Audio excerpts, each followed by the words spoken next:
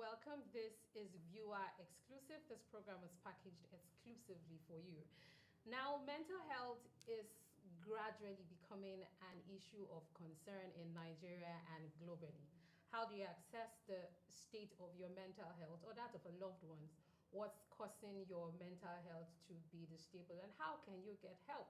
My name is CHEN Pam and I'll be asking an expert all these questions on your behalf right after the break.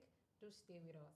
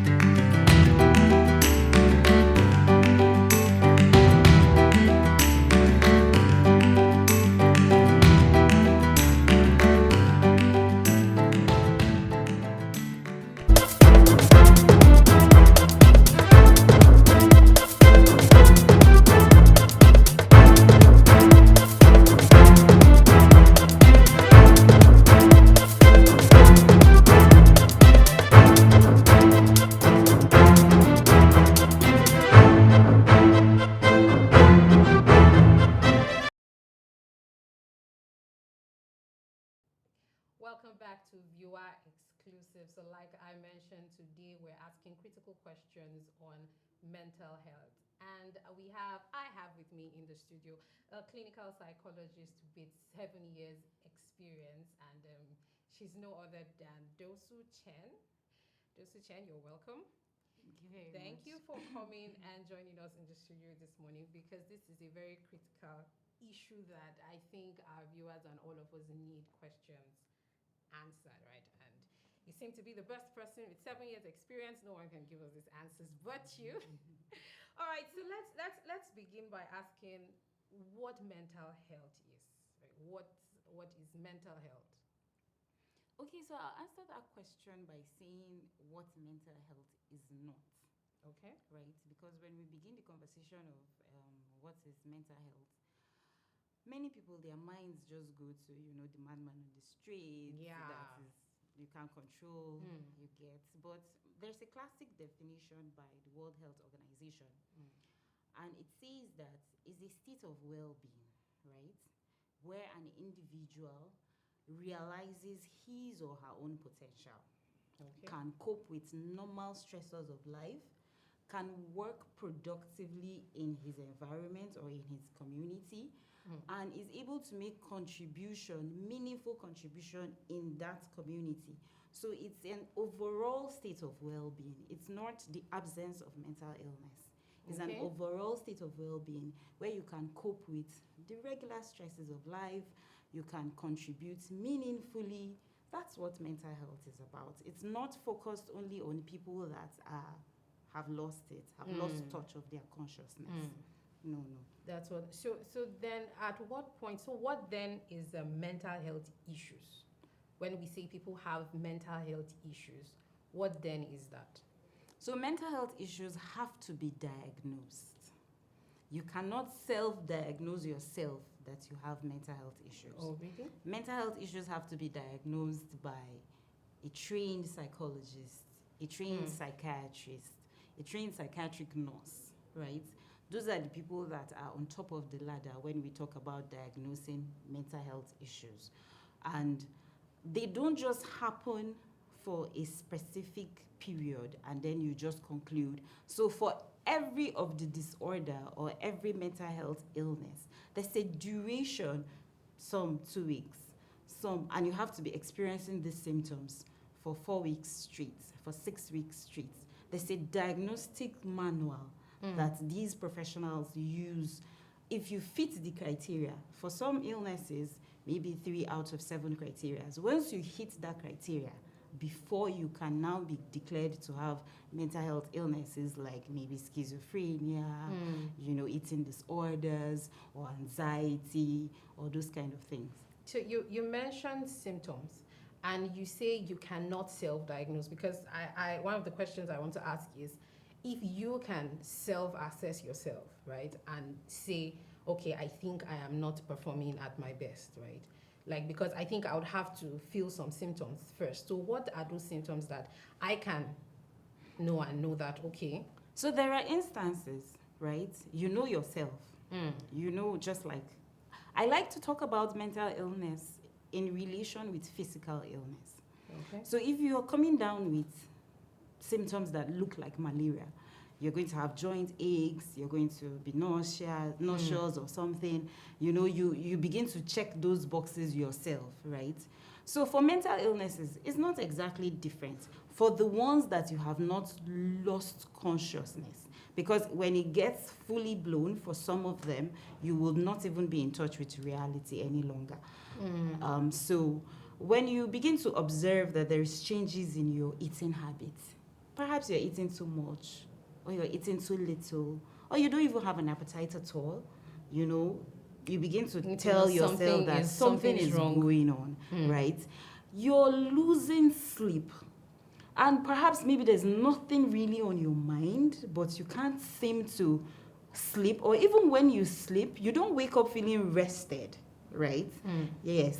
So, or you're sleeping too much, right? You just don't want to do anything. You don't have any drive to do anything. You just want to be in bed for the whole day, and you are sleeping, right? And you're not intentionally telling yourself, I want to rest. I want to do this. Exactly. It's because you just don't have drive for life, right? So those are little telltale signs that you can begin to check and begin to ask yourself, okay, what is happening to me?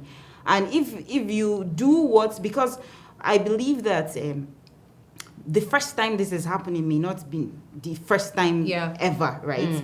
You also want to check that you're not taking any drug that is making you feel this way. So this is not a side effect of any drug, right? You're also checking to be sure that other emotions, perhaps you lost someone, it's not a grieving process, right? When you begin to check, when your body tells you that something is going off, then that's the point where you can begin to ask yourself, and please don't ask Google. ask yourself. As intelligent as that is, right? As helpful as that could be sometimes, right? You want to speak to yourself first, and then begin to confide in friends. Sometimes you don't know how much support you get from a friend, and it helps you with whatever situation it is that you're going you're through. talking, because we're talking about mental health, and then I'm now saying, like you're saying, you tell yourself, if your mental health has gotten to the point where you cannot tell yourself these things, and people around you can see, how can people around you help to observe and know that, okay, how can I access somebody's mental health and know that, okay, this is a mental issue. This is not, is it the same parameters that I used to assess myself? Yes. So those same parameters, right? And sometimes the person has already lost touch with reality when they begin to talk to themselves. You're just talking irrationally and behaving irrationally. Or they have even grown to the point where they are hallucinating and they are having some delusions as well. You get, so when you add in hallucinations, delusions, that person has already lost touch of reality. So only the people around them, their family, their friends, their colleagues, those are the people that can help them at that time. Okay, so this symptoms, you've exempted things like you're reacting to a drug, you're grieving, you're mourning. So what are now things that can cause people to get to this state? Because I feel like some people can mourn and don't go out of that mourning period, right? Even if you're grieving, but you still don't come out of that grief. But besides all of that, what are the things that happen, your environment or internally, that cause someone to begin to have mental disorders? So there are biological factors, right? There are hereditary factors. If you have a family or you come from a family, and this is not derogatory, if you come from a family with a history of mental illness, there's a high chance of you as well. So there's the genes, there's the brain chemistry that you inherit from your parents. Those are things that you cannot control. Once it triggered, it can lead to mental illness. Life experiences such as trauma, rape, witnessing a natural disaster. Perhaps you were in a location and the earth quaked, right? Or coming from violence, you get in your presence, they slaughter your entire family. Those are deep traumatic experiences that can trigger mental health issues, right? Family history, I've mentioned that already. Poor family support, no connection with family, no connection with friends. People are just living in their own world. We're not meant to live like that. So those are all the things that can trigger that. Social disadvantages, severe long-term illnesses as well, right? You are having to go through perhaps paralysis or blindness. Someone who was used to taking care of themselves and then suddenly is blind and is totally dependent on individuals. If not managed well, all of those things, discrimination, stigmatization, all of that can lead to mental illnesses. Substance use and abuse. Substance problems right now are serious causes of mental illnesses. And the way young people indulge in these things, we really don't know what we're playing with, right? So...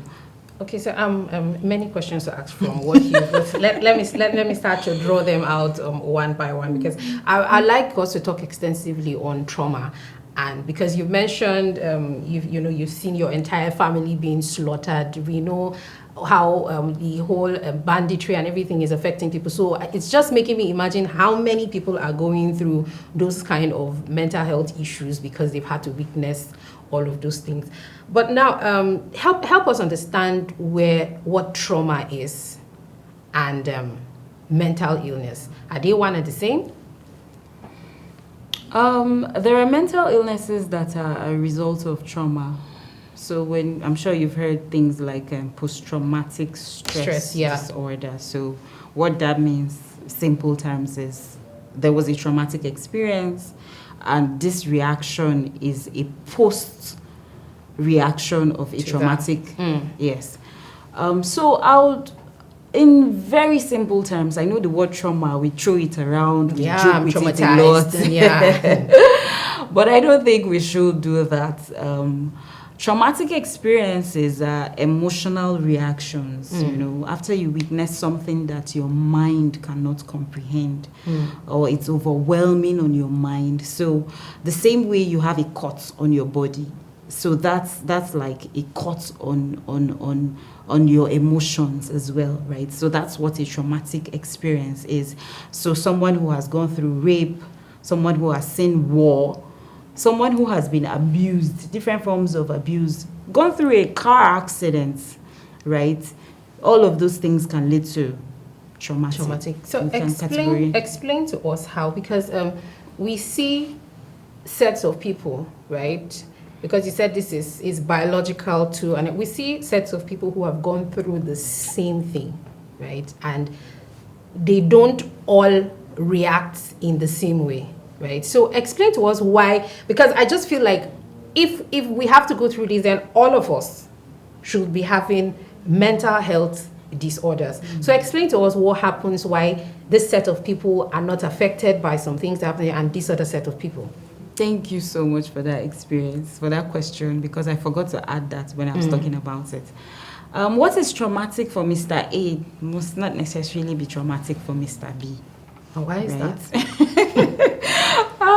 It's just how we're all different, right? I mean, even physically, we are stronger than each other. Like, we're all not on the same level, right? So yes, both of us can actually go through the same experiences, and you would come out traumatic, and I would not, right? Our threshold is just different, right? For some people, they have built up so much a lot of traumatic experiences have happened to them and they didn't take care of themselves. So it just kept adding. It kept adding. And then one little trigger, right, they just come crashing down, right? But what trauma, basically, one underlying sentence when you talk about trauma is what different. So what may traumatize Mr. A must not necessarily be traumatic for Mr. B. Yeah, I know we're going to talk extensively on prevention, but before, so that we don't miss this, are you saying that it is possible that you have more people come out of a situation positively because they are receiving care? Oh, yes. Incidentally, one of the reasons why Mr. A may be traumatic and Mr. B was not traumatic may actually be that Some Mr. B went through, had a stronger support system, right? And so he was loved after the traumatic incident. He was taken care of. He was conscious of what was going on. But not necessarily, that could be a factor. But primarily, it's possible that what traumatized A, B can go through it and come out strong. No, yes. Okay, a lot of questions to ask, especially on how our childhood affects our mental health as adults. But let's go on a quick break, and when we come back, we'll go more into this conversation. Stay with us.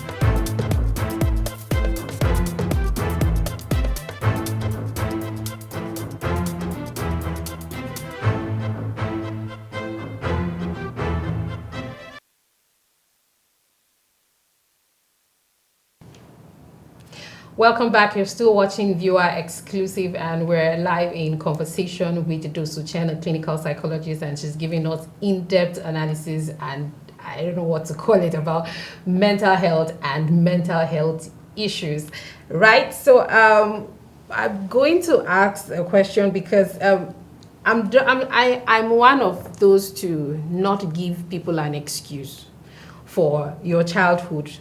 Especially adults, to give adults an excuse for the way they behave and they blame it on their childhood, right? So I would want to know how our childhood affects our mental health now as adults. Not as, I will come back to us as, okay, let's start from childhood mental issues. Is mental health issues prevalent in children? Oh, yes. It is? Yes. In children? Yes, there's a field, just the same way you have pediatricians, there's a field of psychology that is just about mental health issues that children go through. What possibly causes that their children? I feel like you're not, I feel stress is just for us, adulting. What's a child's reason for being mentally ill? I said that some of these things are hereditary. So I'll start from there. Okay. Perhaps the child inherited this from their parents and it's already started manifesting while the baby's a baby, right? It's a possibility. Children also go through trauma, right? If a 1-year-old witnesses death, for instance. A 1-year-old? Yes. It's going to do something to the child. Is the 1-year-old aware? Yes, he's aware. Wow. Yes, he's aware. I feel, because I feel this is a concern, I'd like us to dwell a little bit on it. What are the signs that people should sorry to cut you. Yeah. Children are just little human beings. I always like to, when talking with parents and caregivers, I remind them that children, they go through what you're going through. I mean, a child growing up in an abusive environment could cause a traumatic experience for the child, right? While he's a child. While he's a child, yes. While he's a child, yes. Because that age is the formative age where information is being formed. So a child that grows up in a family where he sees his father abuse or beat his mother every time, you're writing a script on that child. You're telling that child that this is normal. So the child is going to also grow up to inflict pain.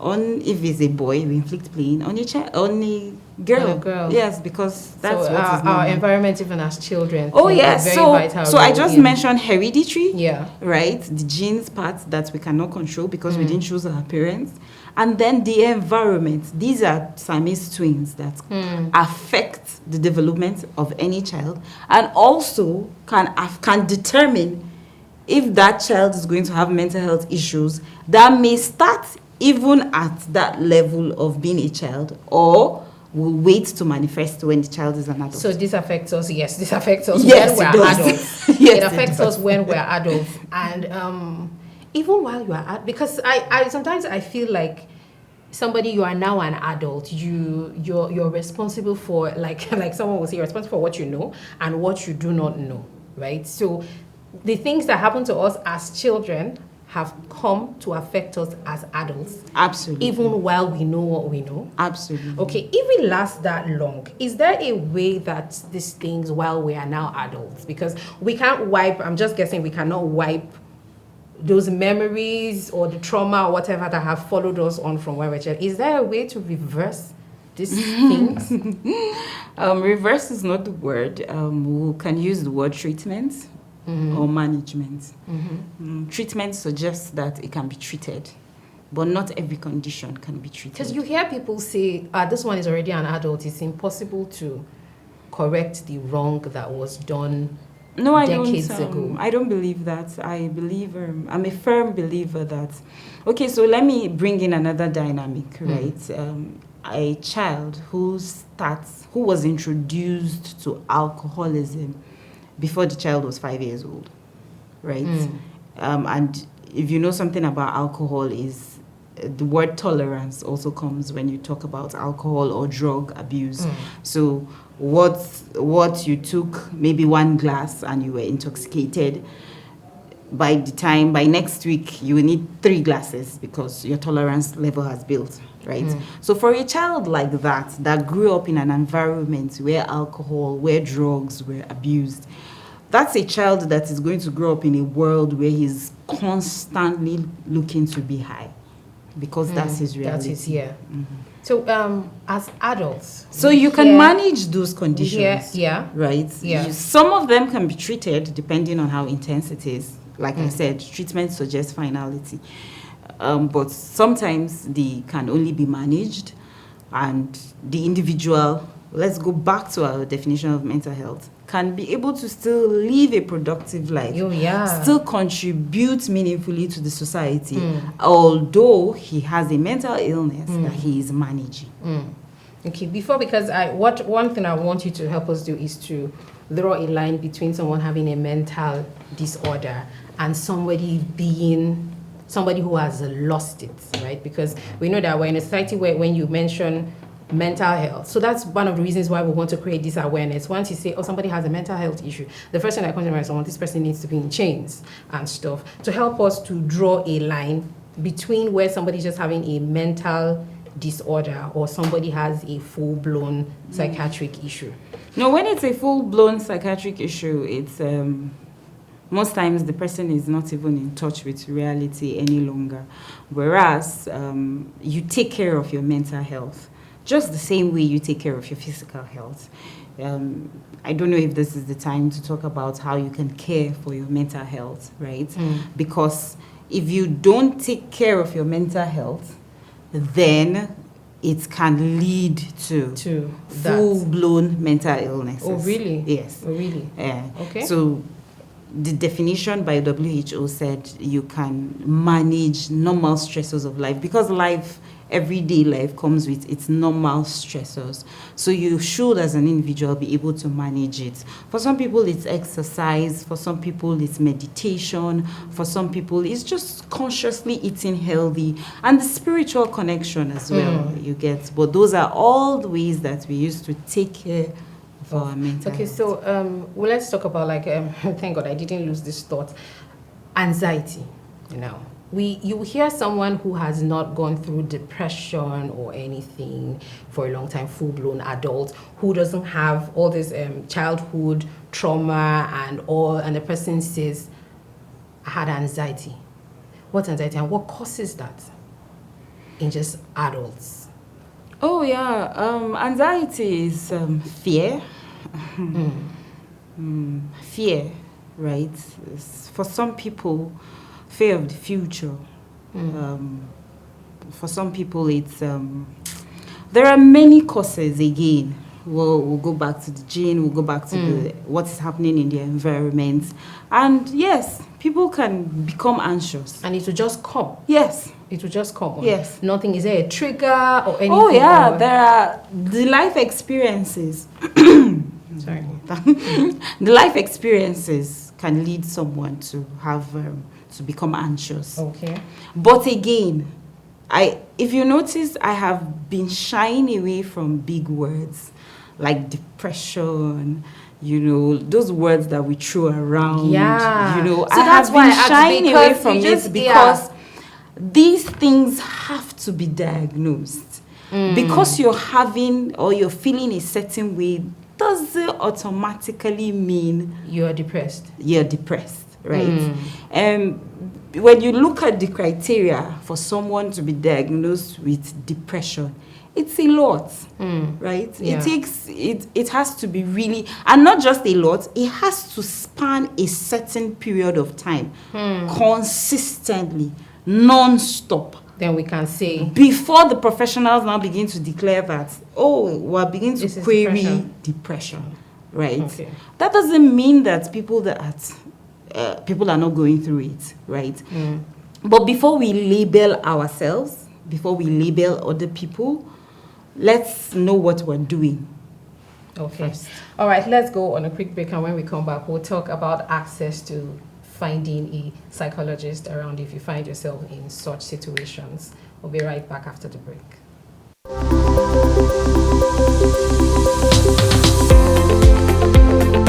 Hey, let's get to advertise your products and services on our platform. Viewer Television is here to give your business a boost with a touch of professionalism. If you're a brand owner, entrepreneur, proud business owner, let's place your business in the face of your customers. Contact us so we can talk business on 081-2121-2278 or info@viewertv.com.ng. Always remember, we are here for you.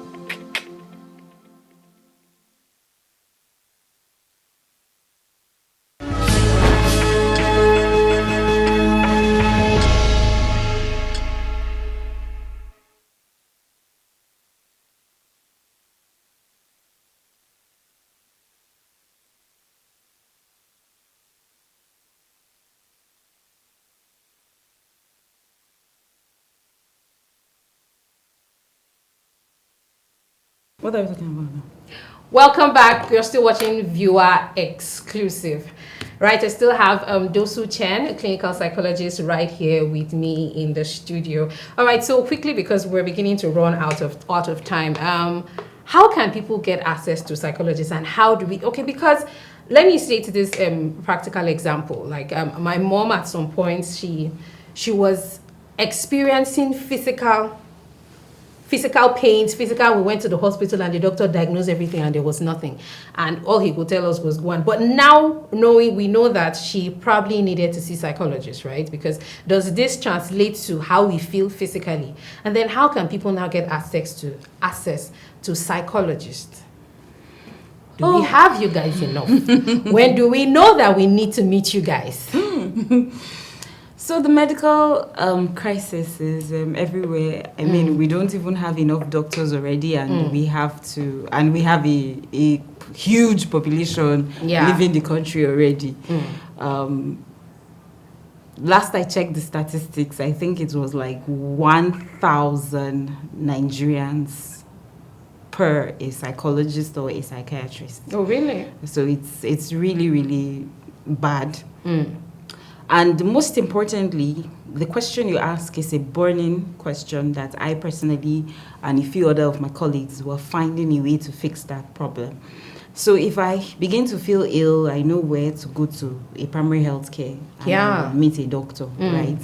Ideally, in an ideal environment, as what happened to your mom, after you have been diagnosed by a medical doctor, they've run all their tests and they can't seem to find anything, you should be immediately referred to a psychologist, right?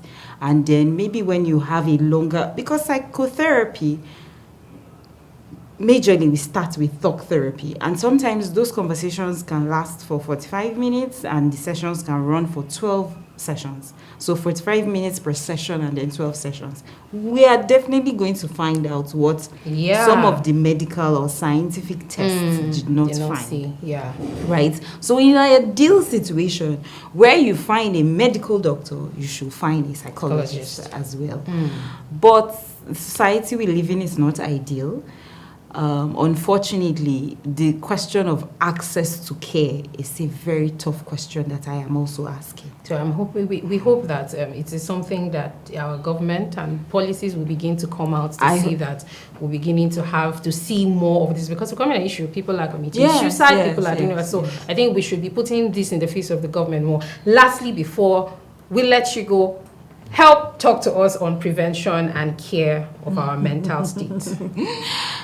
So prevention, well, once you're alive, you have a mental health, right? So what is important is how do you care for your mental health? Exercise, the effect or the good that exercise does to us cannot be overemphasized. And when you talk about exercise, what comes to mind is to hit the gym, but that's not necessarily it, right? Find a routine. If it means walking 4,000 steps in your environment, find a routine and be consistent with it. That is what is important.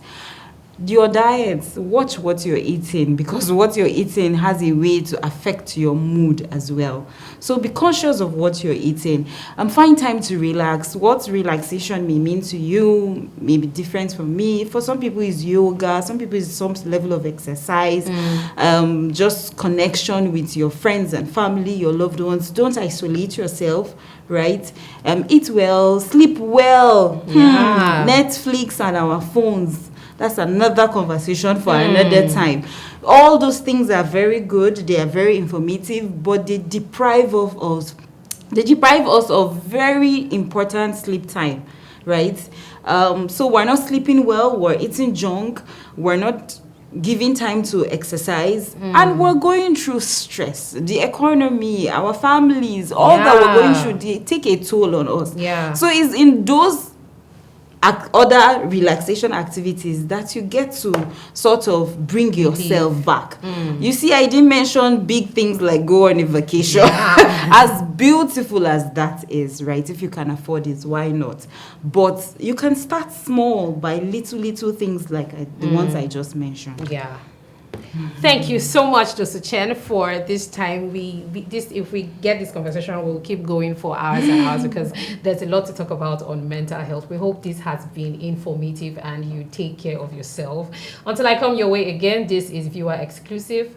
Bye-bye.